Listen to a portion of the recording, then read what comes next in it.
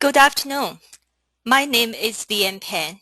I'm a Senior Manager of Marketing at GenScript, leading antibody and protein services. Thank you all for attending this webinar on how to choose the optimal antigens for your custom antibody production. To ensure the sound quality, all of you are muted to minimize the background noise.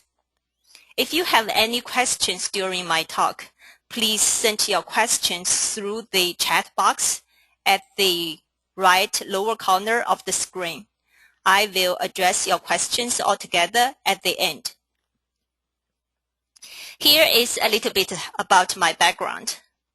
Like most of you, I came out from an academic research background.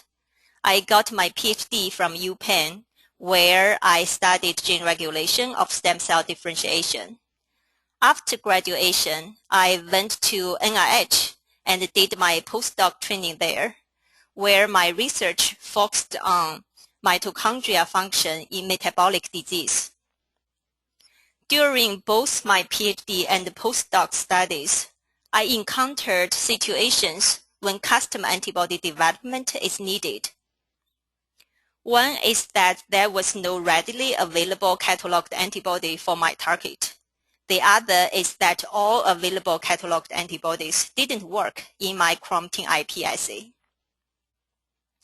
If you are facing either of the situations and need custom antibody development, hope this webinar gives you some guidance towards successful antibody development so you don't have to go through the struggles I experienced before.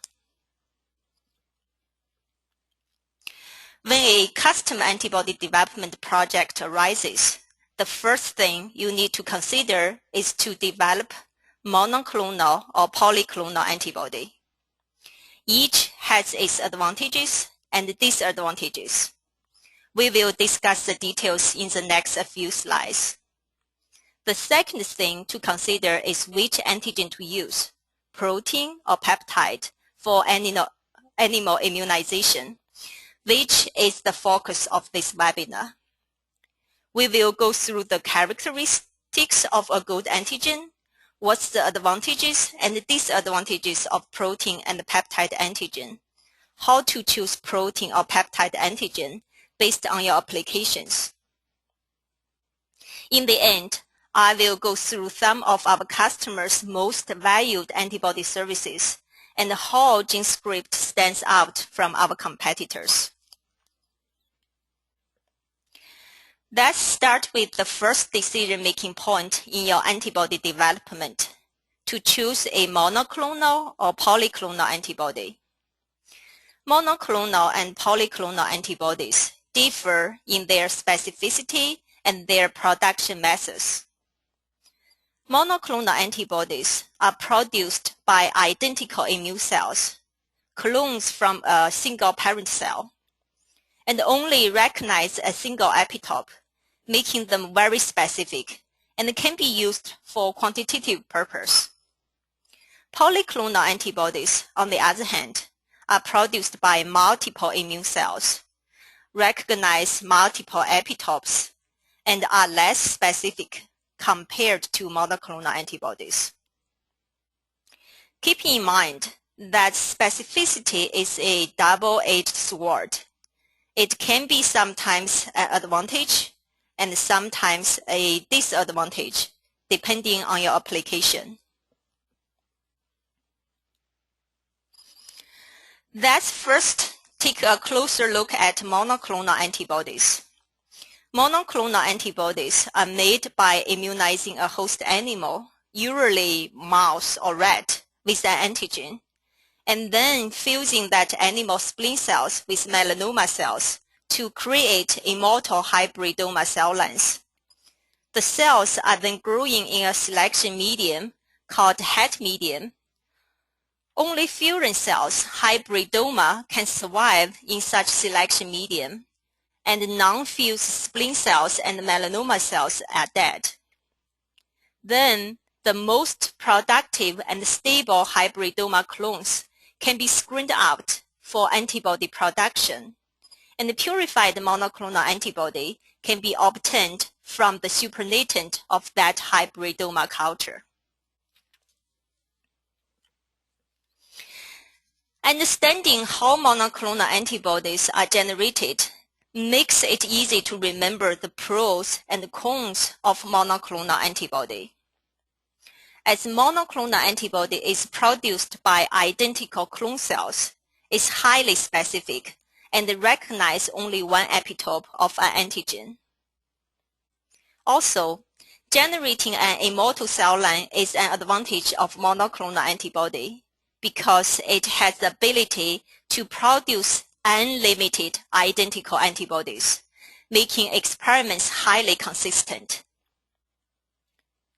The specificity of monoclonal antibody limits background noise and cross-reactivity and is ideal for affinity purification. On the flip side, monoclonal antibodies are more expensive to develop, at least initially, and take longer time to produce. Single epitope specificity has some drawbacks, including possible lower signal and vulnerability in loss of binding if the epitope changes through chemical treatment of sample. However, this can be offset by pooling 2 or more monoclonal antibodies together.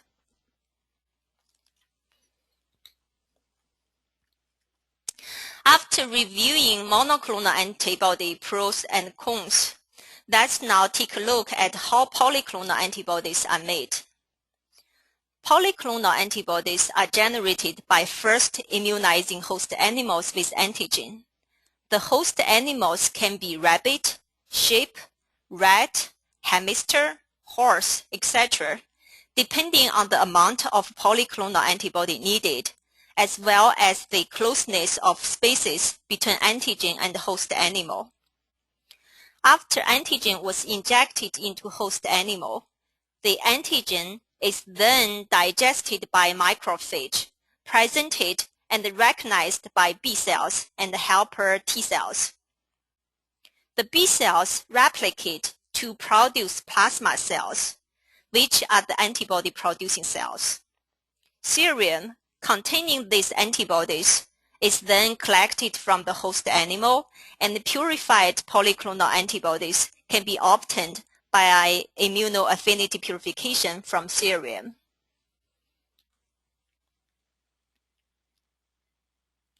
As polyclonal antibody is harvested from the serum of immunized animal, i.e. produced from different immune cells, it recognizes multiple epitopes, leading to robust target signal even for low expression protein. It's also more tolerant to changes to the antigen due to the nature conditions, polymorphism, heterogeneity, etc. Additionally, polyclonal antibodies can be produced in large quantities in a short time without complicated technologies and at low cost.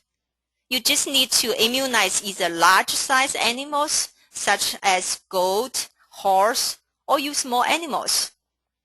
Those advantages make them suitable for most basic research purposes, including immunoprecipitation, chromatin IP, and Western blot. These antibodies are also more likely to detect antigen across a range of species and useful for uncharacterized antigens. Regarding disadvantages, polyclonal antibodies can be prone to batch-to-batch variation and may have higher background in certain applications.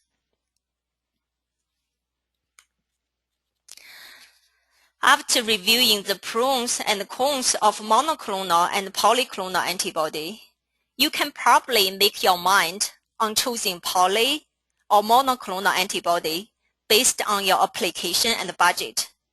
Now, let's go through the second decision point you may face in your custom antibody development. What antigen to use? To better address this, I'll start with what makes an antigen successful overall by explaining how antigen immunity works and how to optimize immunogenicity. Antigen immunogenicity is the ability of a particular molecule to elicit an immune response. It's determined by whether the immune system can recognize the antigen. Though there are two categories which impact immunogenicity, we will focus on the antigen characteristics as optimizing antigen design and choice is the major adjustable factors impacting the success of custom antibody development. There are 5 major factors affecting antigen immunogenicity. The first one is the phylogenetic distance, i.e., how related the antigen origin species and the host are. The less closely related the host and the target species are, the more likely a strong immune response will be generated in the host animal. When choosing a host animal, be sure to choose one that is not closely related to the species that you will try to target with your antibody. The second one is molecular size.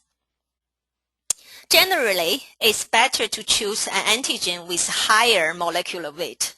Typically, a substance with a molecular weight of about 100 kD shows the best immunogenicity, and the molecular weight lower than 5 to 10 kD makes poor immunogens.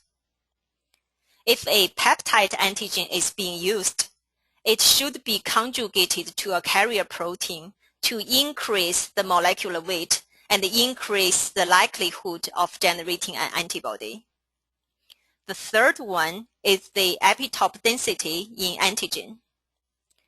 Epitope density impacts the recognition, activation, and antibody production processes of epitope-specific B cells.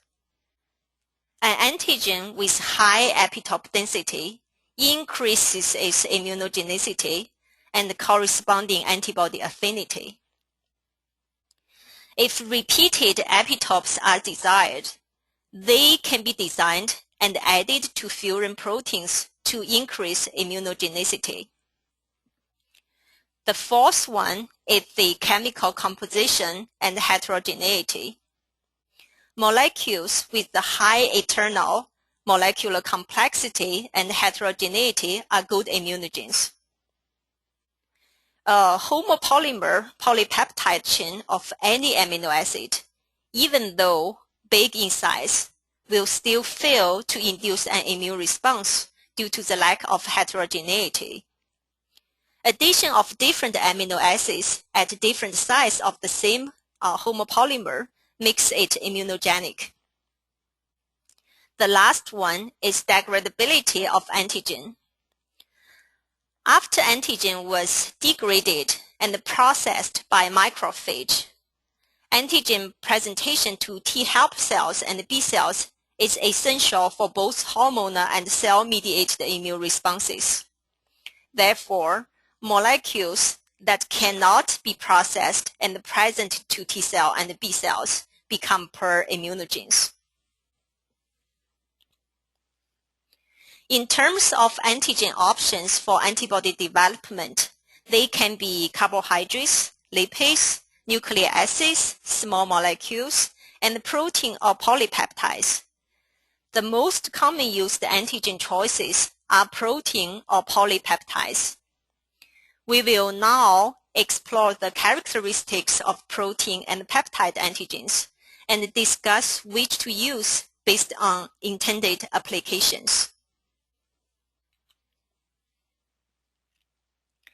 Protein antigens can be either a native protein or recombinant protein and can be a full-length protein or a protein fragment. Generally speaking, protein antigens are significantly more immunogenic than peptides, as they can stimulate both cellular and hormonal immune responses. Using proteins as immunogen can be convenient and cost-effective if a sufficient supply of protein is available. If protein isn't readily available and needs to be generated, it would be more expensive. As the entire or fragment of protein, including multiple epitopes, are involved in antibody generation, which means that antibodies are generated against multiple epitopes. This, in turn, increases the likelihood that one of these will bind to native protein in a target assay. When polyclonal antibody is produced, the multiple epitopes also have a downside with a higher probability of cross-reactivity with other proteins containing homologous epitopes and a higher background in certain assays. The criteria used to evaluate whether a protein will likely serve as a successful antigen are similar to those for immunogenicity. As previously discussed, it's important to consider homology between the antigen origin species and the host species, and to make sure that the protein is of a sufficient molecular size to stimulate an immune response. Protein antigens need to have high molecular complexity and internal heterogeneity, and must not be soluble in body fluid of the host animal. If a protein is soluble, it can expose hidden epitopes and induce an immune response against this instead of the desired surface epitopes. Keep in mind that solubility can vary among host species. For example, PPS are highly soluble in mouse body fluids, but are not in rabbits. Peptide antigens are synthetically produced based on specifically chosen short sequences of the native protein. This approach allows for more control of the region of the protein used for antibody generation and has significantly less cross-reactivity. Some key advantages of peptide antigens are that peptides are easy to synthesize and cost-effective, and the epitope specificity provided by a specific peptide sequence is better than that of a full-length protein. Furthermore, there is no need to produce protein antigen, which makes the turnaround time much faster. Certain applications, such as Western blot, are more successful when the antibody is generated using linear peptide antigen.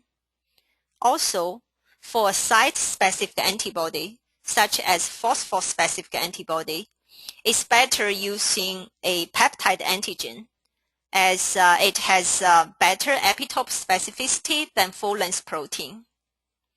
Some potential disadvantages include small peptides may not induce an immune response, and a peptide-derived antibody may not recognize the folded conformation of a native protein.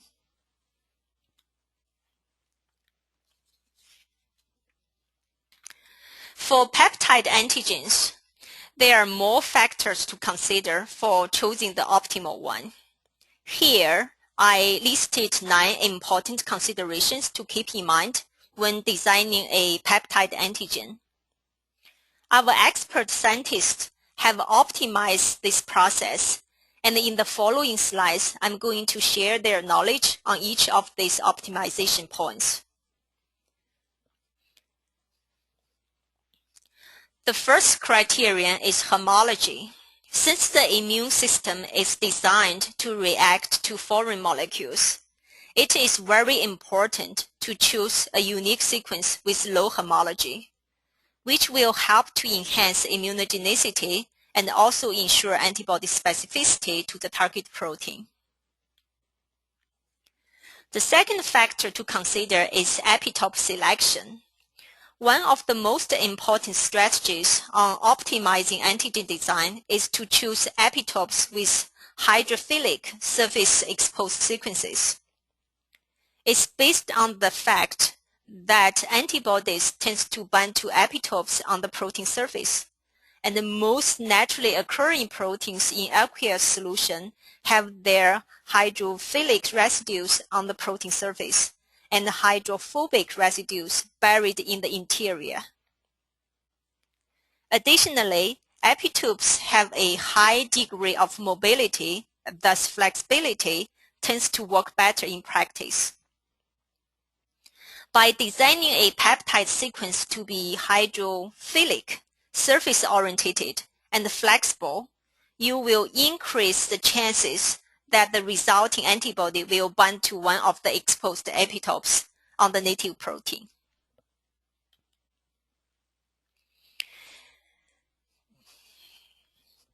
The third factor to consider is continuity of the epitope.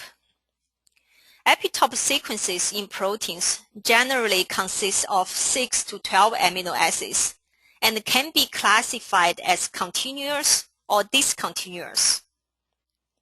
Continuous epitopes consist of a continuous sequence of amino acids in a protein, as shown in the green part of the protein here. Antibodies will bind to continuous epitopes in native protein as long as the epitope sequence is exposed on the surface of the protein. Discontinuous epitopes, as shown in the red part of the protein here, consist of sequence of amino acids that are not continuous but are brought together when the peptide chain folds, or by the juxtaposition of two separate polypeptide chains. It's better to choose a continuous epitope, since there is a chance that a peptide with discontinuous epitope will not have the same secondary structure as a protein, and thus decrease the chance of the antibody to bind. The fourth factor to consider is targeting the N versus C-terminal. Both the C-terminal and the N-terminal tend to be exposed on the native protein, and so both make good targets for antibody development. However, under circumstances, one is better choice than the other. For example, if the target protein is an integral membrane protein and the C-terminus is part of the transmembrane segment, this sequence will be too hydrophobic to be a good candidate. In this type of circumstances, the N-terminus is a better choice than the C-terminus. Also, the leader sequence should not be included in the sequence selected for antibody generation. What is a leader sequence? A leader sequence is a short 5 to 30 amino acid peptide present at the N-terminus of the majority of newly synthesized 633 proteins. This leader sequence is cleaved off after protein maturation, making it a very poor choice for peptide antigen design. The fifth factor to consider is sequence length. The typical length of the peptide antigen is in the range of 10 to 20 residues.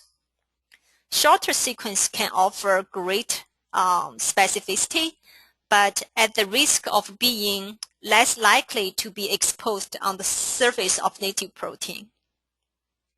Longer sequences, by contrast, might be slightly less specific, but offer a higher probability of recognizing the native protein. Peptide sequences with lengths of 10 to 20 residues can also minimize synthesis problems, as they are reasonably soluble in aqueous solution and may have some degree of secondary structure. The sixth factor to consider is sequence motif. Sequence motifs, such as those listed here, are often associated with certain biological activities, such as autolytic cleavage, hormonal activity, and undesired post-translational modifications. Therefore, its conformation may be easily changed. This makes them poor choices for an epitope target. Additionally, functional motifs may be conserved between protein family members and may thus cause cross-reactivity if used as an antigen. The seventh factor to consider is peptide purity. Peptide purity requirements vary depending on the application of the antibody. While an antigen of 75 purity is sufficient for antibody generation, some biological activity assays require high purity peptides of 95% to decrease background signal. The eighth factor to consider is peptide solubility. Sufficient solubility of the peptide antigen ensures that the immune cells have access to the peptide and generate antibodies against it. Keeping the hydrophobic amino acids content below 50% and including one charged residue for every 5 amino acids can optimize peptide solubility. The last factor to consider is epitope coupling strategy. In order to overcome the issue of peptide antigens being too small to elicit an immune response, carrier proteins are linked to the peptide via the C or N-terminus. Of note, some of antibodies generated will target the linker region or carrier protein instead of the peptide of interest. Not a problem. These non-specific antibodies can be removed during the antibody purification or screening process. At GenScript, our coupling strategy not only maximizes epitope exposure within the structural motifs, but also optimizes its orientation to the terminus.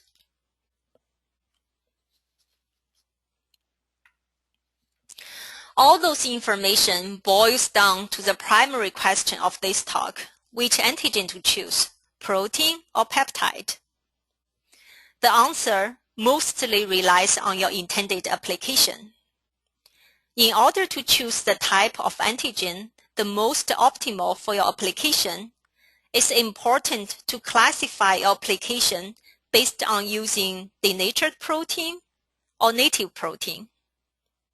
When protein is denatured, the linear epitope is exposed.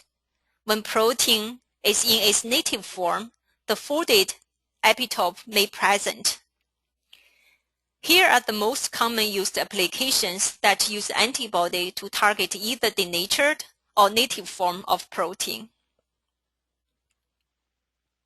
For example, applications like immunoprecipitation, chromatin IP, sandwich ELISA assays, immunofluorescence, flow cytometry, and functional assays required antibody to detect native protein with native folding conformation. For these applications, protein antigen-generated antibody works the best, as protein antigen preserves its native folding conformation. On the other hand,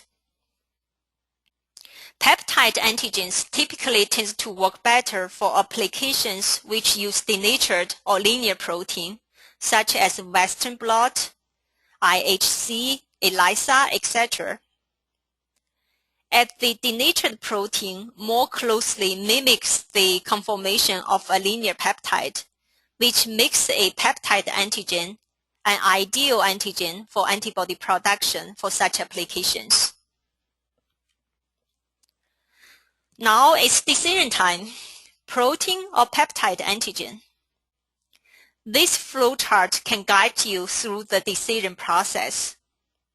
If you have sufficient supply of purified protein antigen available, protein is probably a good choice for antigen.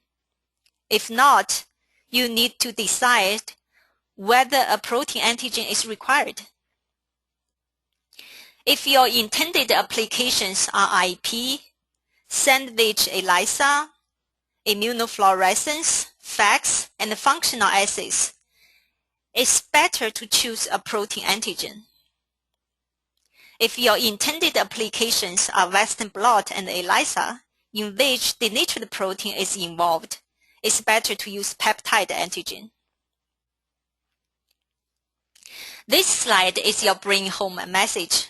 If you did not remember all those impacting factors I talked in this seminar for the custom antibody development, as long as you remember this slide, you can leave the rest in our hands. If you have any question or would like a discussion on your custom antibody project, please contact us, and our PhD level technical account manager can help you.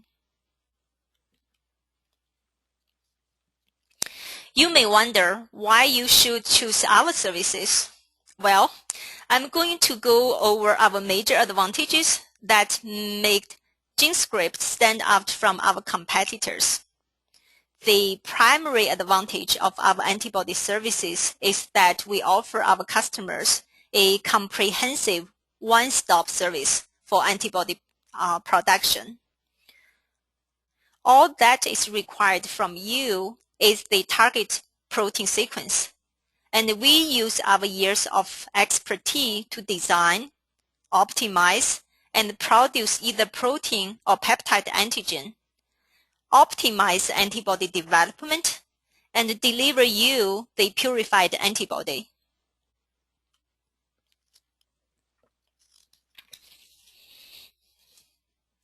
To optimize your antibody production, we use our proprietary optimal antigen design tool, which takes considerations of sequence length, hydrophilicity, surface orientation, flexibility, continuous epitopes, secondary structures, and sequence motifs, and coupling strategy as well.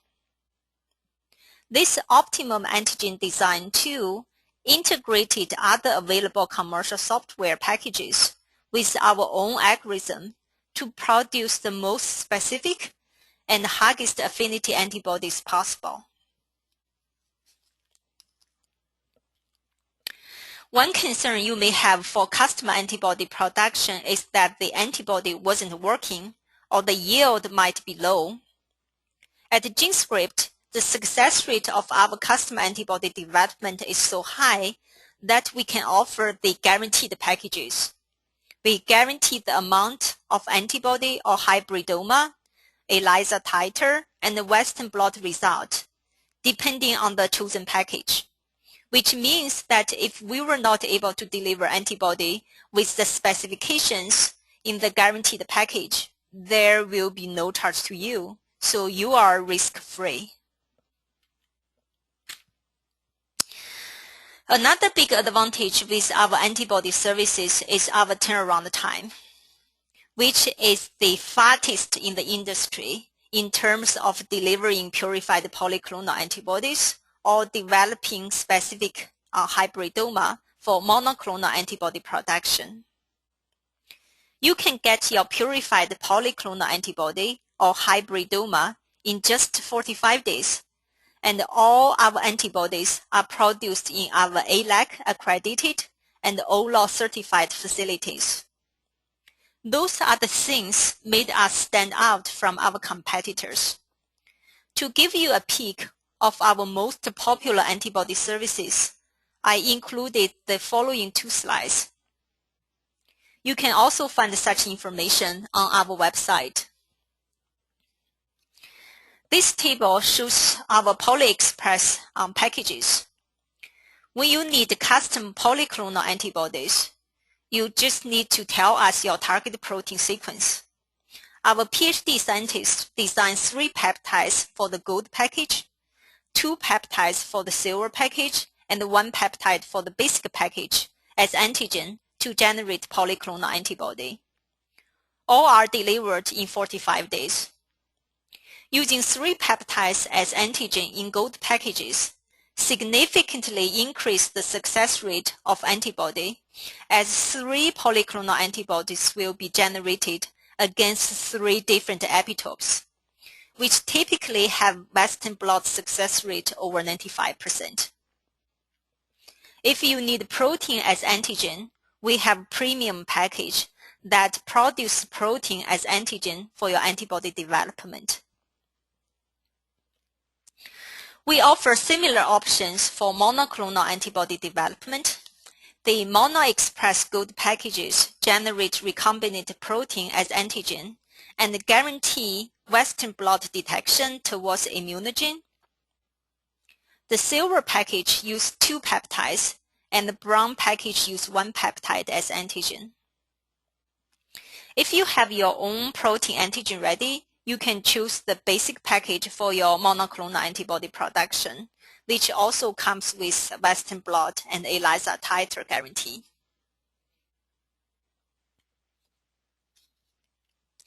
In the case of those standard express packages didn't meet your specific need, we offer a full spectrum of antibody services, including standard polyclonal services in rabbits, mice, rats, chickens, or goats, and premium hybridoma services, phosphor-specific antibody services, large-scale antibody services, and specialized antibody services such as antibody drug development, anti-idiotype antibody, immunoassays, etc. So far, there are over 500 peer-reviewed publications citing our antibody services. Many of these are in top-tier journals. Here are some recent publications on PNAS, Cell, and Nature, in which the antibodies developed by GenScript were used to generate the data in the paper. Besides custom antibody services, we offer a broad range of services to make your research easy. This slide gives you the general overview of the service we offer at GenScript, including gene synthesis and subcloning, peptide synthesis, protein expression and purification, custom antibody production, discovery biology services, and stable cell lines, all with the goal to make research easy. More than 9,000 peer-reviewed journal articles have cited GenScript services and products, making GenScript the most frequently cited biology CRO in the world. I'm very proud to be part of it. This wraps up my slides. Thank you for your time and attention. I wish you all success in your research. Here is the list of our upcoming webinars. Please feel free to register if any of them is interesting to you.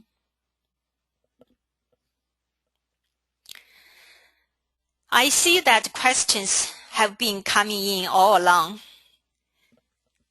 First question. What's the difference between antigen and immunogen?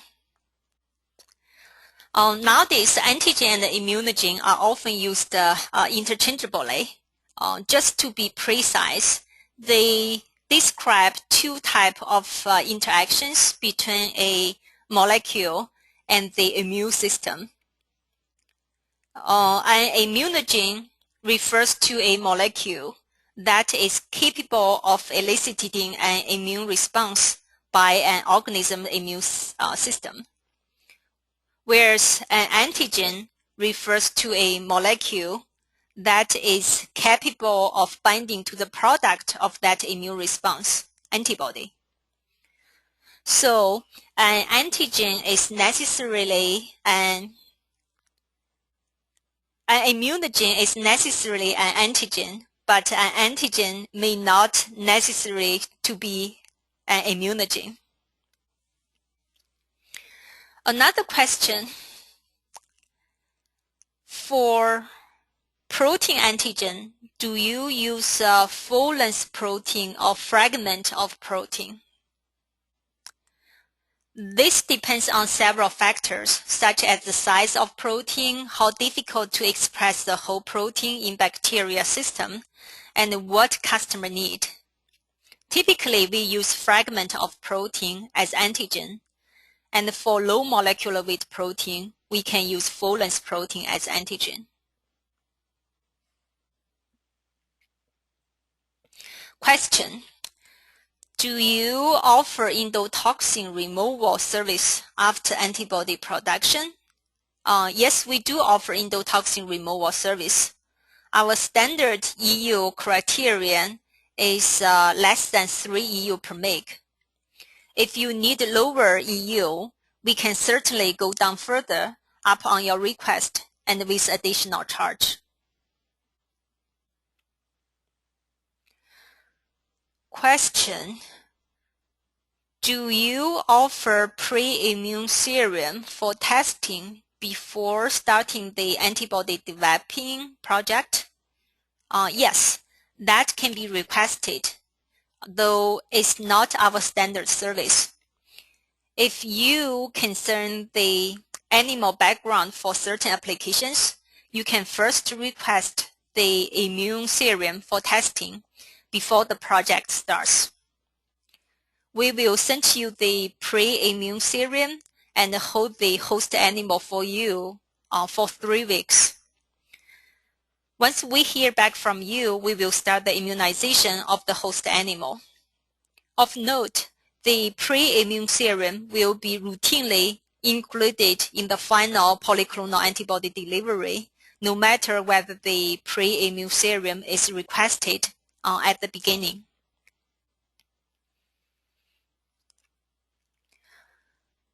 Question: I need high affinity monoclonal antibody for my application. Can GenScript provide high affinity antibody? As I mentioned in my talk, we routinely use optimum antigen design tool to design the best possible antigen to produce the antibody with high specificity and high affinity. In addition to that, we licensed a unique GAMP mouse technology from Transgenic Inc. for the production of high affinity and high specificity antibodies. These mice can be chosen when high affinity and high specificity antibody are needed for certain applications.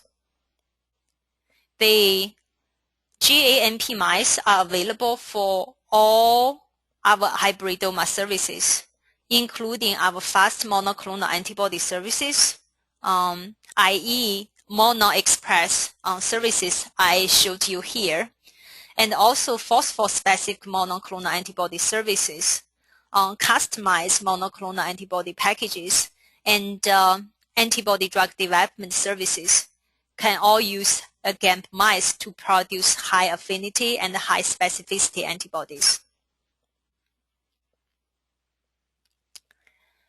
Question: I'm interested in your premium package.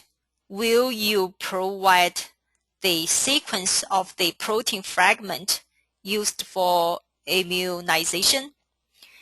Thank you for your interest. Yes, we will. When we deliver the antibody to you, we will include a final report that includes the protein fragment sequence and QC data. If you would like to know the protein fragment sequence at the quotation stage, we can also share that information with you at that stage. Just submit such request at the time when you place the quote.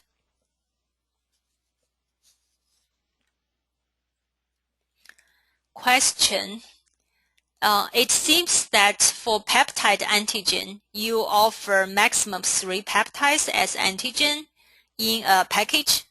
What if I want to try more than 3 peptides? No problem.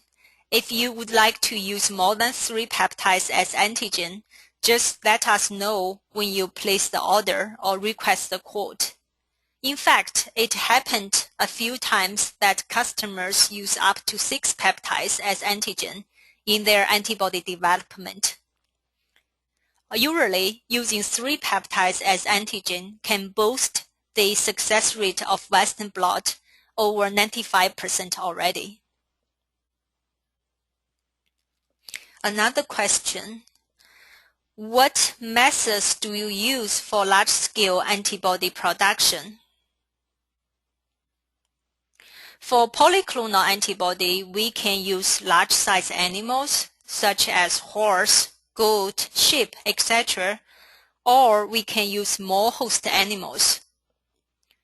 For monoclonal antibodies, we can do large-scale roller bottle culture or S-size production. We can also use CHO or tuna 3 cells for recombinant antibody production. So you have a variety of choices for the large-scale antibody production at GenScript. Question: if I provide my own protein antigen, what's the requirement for the protein? If you already have your protein antigen ready and would like to use your own protein, you can choose the MonoExpress basic package and make sure that your protein is at least 85% purity and with his tag and the total amount of 6 mg or more. That's the requirement for the protein as antigen.